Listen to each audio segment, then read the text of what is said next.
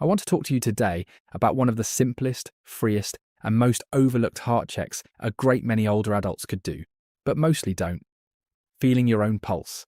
Because for all the talk of devices, tests, and numbers, there's a simple thing you can do with nothing but your own two hands that can tell you something genuinely useful about your heart. In particular, whether your heartbeat is steady and regular or irregular. And yet most people never think to do it, or aren't sure how, or don't know what they're feeling for.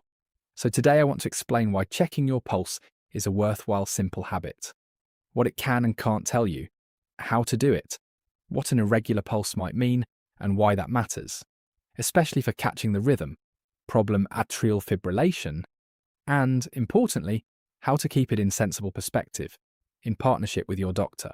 And I'll keep this calm and practical, because while feeling your pulse is a simple, useful thing, the key is to use it sensibly, as a rough check that can prompt a conversation with your doctor, not as a source of anxiety or a diagnosis.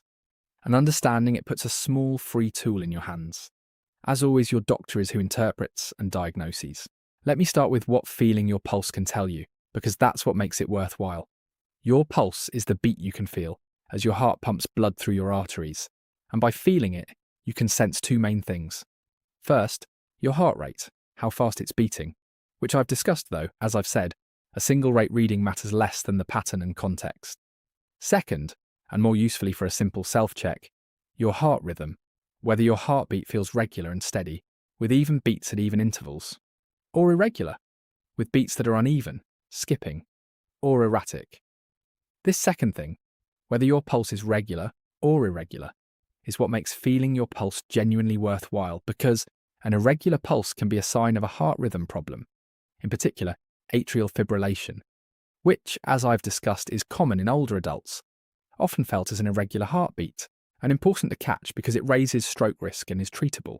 So feeling your pulse can tell you your heart rate and, more usefully, whether your rhythm is regular or irregular. And detecting an irregular pulse is the genuinely valuable part, since it can flag a rhythm problem like atrial fibrillation worth catching.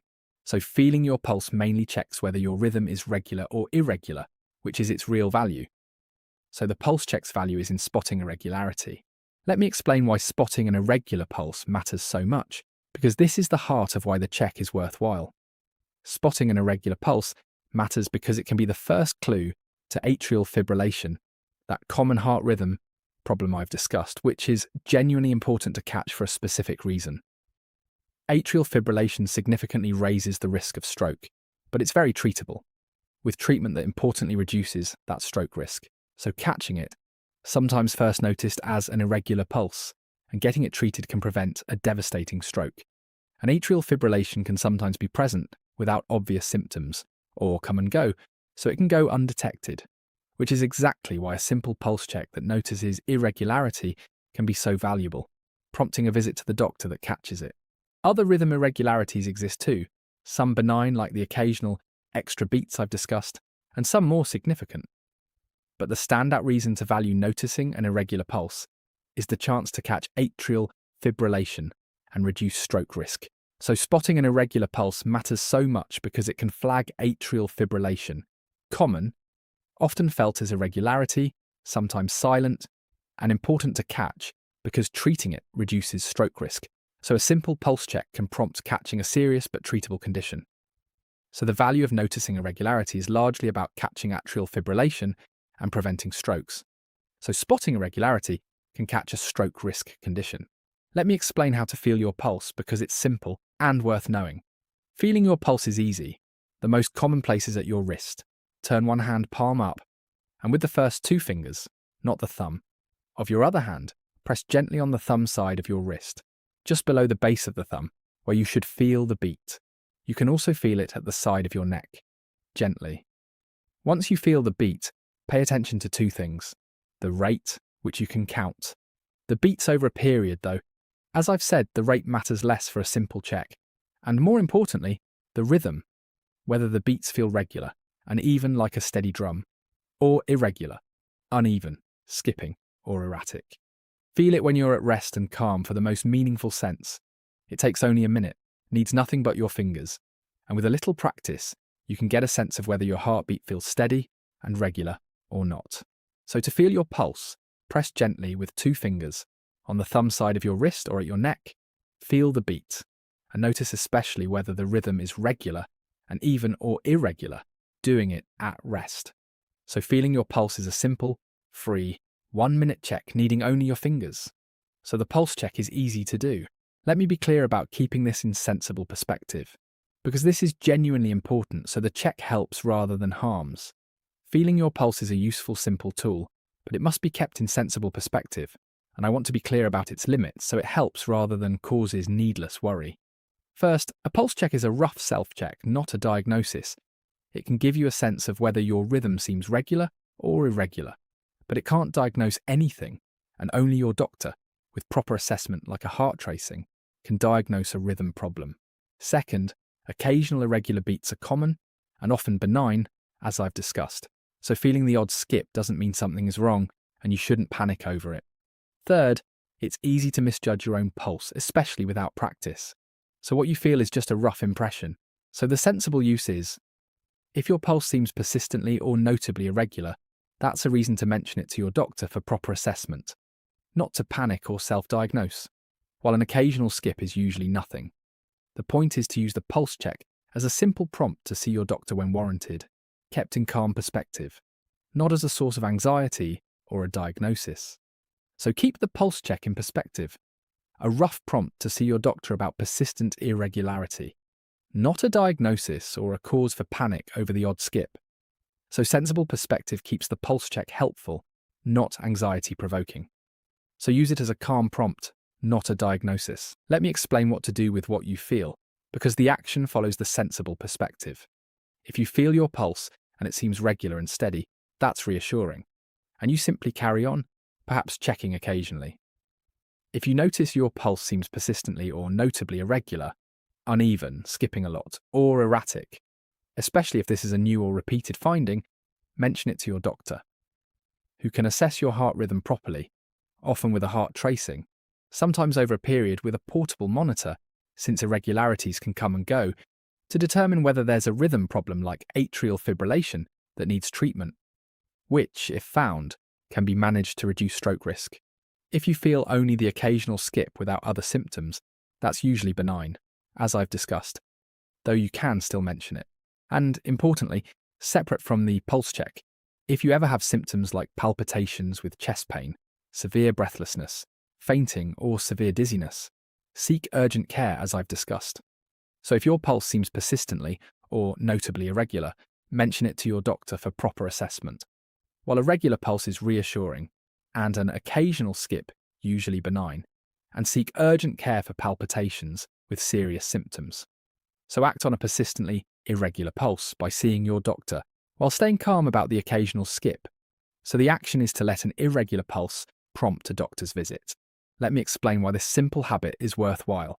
Because it's a small thing with real potential value. Feeling your pulse is worthwhile because it's a simple, free, quick check that you can do yourself, and that has real potential value. By letting you notice whether your heart rhythm seems regular or irregular, it can flag a persistently irregular pulse that might be atrial fibrillation, prompting a doctor's visit that could catch this common, treatable, stroke risk-raising condition, sometimes before it would otherwise be found. So for almost no effort or cost, a pulse check offers a chance to catch something genuinely important, which makes it a worthwhile simple habit, especially for older adults among whom atrial fibrillation is common. And kept in sensible perspective, as a prompt rather than a diagnosis, it offers this value without causing needless worry. So feeling your pulse is worthwhile because it's a free, simple check that can flag an irregular rhythm and prompt catching atrial fibrillation and reducing stroke risk, offering real potential value for almost no effort, especially for older adults, when used in sensible perspective. So this simple, free habit offers real potential value for catching an important condition. So the pulse check is a worthwhile small habit. Let me paint you a picture of how this simple habit helps. Picture a woman in her 70s who's never thought to feel her own pulse and who has, unknown to her, intermittent atrial fibrillation that comes and goes without dramatic symptoms, so it goes undetected, silently raising her stroke risk. In the unaware version, her treatable, stroke risk-raising condition stays hidden until perhaps it causes a stroke that treatment could have prevented. Now picture her having learned the simple habit of occasionally feeling her pulse. One day she notices her pulse feels notably irregular, uneven and skipping in a way that's new. And, keeping it in sensible perspective, she doesn't panic but mentions it to her doctor. Her doctor assesses her rhythm, catches the atrial fibrillation, and treats it, including measures to reduce her stroke risk, protecting her from a stroke her undetected condition could have caused. A simple, free 1-minute check, used sensibly as a prompt, led to catching a serious but treatable condition. The same woman, but having the simple habit of feeling her pulse and acting sensibly on what she felt, caught something genuinely important. That contrast is exactly why this simple, overlooked heart check is worthwhile. So the simple pulse check, used sensibly, caught her treatable condition. And let me speak directly to those of you caring for or close to an older person, because this simple check is overlooked and you can encourage it. Understand that feeling the pulse is a simple, free way to notice whether the heartbeat seems regular or irregular, and that spotting a persistently irregular pulse can flag atrial fibrillation, common in older adults, often felt as irregularity, sometimes silent, and important to catch because treating it reduces stroke risk. You can help by encouraging this simple habit, showing or learning together how to feel the pulse at the wrist with 2 fingers, and notice whether the rhythm is regular or irregular. Crucially, help keep it in sensible perspective. A pulse check is a rough prompt, not a diagnosis. Occasional skips are usually benign, so it's a reason to mention persistent irregularity to the doctor, not to panic. So encourage mentioning a persistently or notably irregular pulse to the doctor for proper assessment, which can catch atrial fibrillation, while staying calm about the occasional skip. And know that palpitations with chest pain, fainting, or severe breathlessness need urgent care. Helping a loved one adopt the simple habit of feeling their pulse, used sensibly, can prompt catching an important treatable condition, like atrial fibrillation, and reducing their stroke risk, for almost no effort. So your encouragement of this simple, sensible habit genuinely helps. Let me draw this all together. Feeling your own pulse is one of the simplest, freest, and most overlooked heart checks. And it's worthwhile mainly because it lets you notice whether your heart rhythm seems regular or irregular. Spotting an irregular pulse matters because it can flag atrial fibrillation, common in older adults, often felt as irregularity, sometimes silent, and important to catch because it raises stroke risk but is treatable in ways that reduce that risk. So a simple pulse check can prompt catching a serious but treatable condition. To feel your pulse, press gently with 2 fingers, on the thumb side of your wrist or at your neck. Feel the beat, and notice especially whether the rhythm is regular and even or irregular, doing it at rest. Crucially, keep it in sensible perspective. It's a rough self-check, not a diagnosis. Occasional skips are usually benign, and it's easy to misjudge. So a persistently or notably irregular pulse is a reason to mention it to your doctor for proper assessment, not to panic or self-diagnose. Act on a persistently irregular pulse by seeing your doctor, who can assess your rhythm and catch any atrial fibrillation, while staying calm about the occasional skip, and seek urgent care for palpitations with serious symptoms. This simple, free habit offers real potential value for catching an important condition for almost no effort when used sensibly. So here's what I'll leave you with.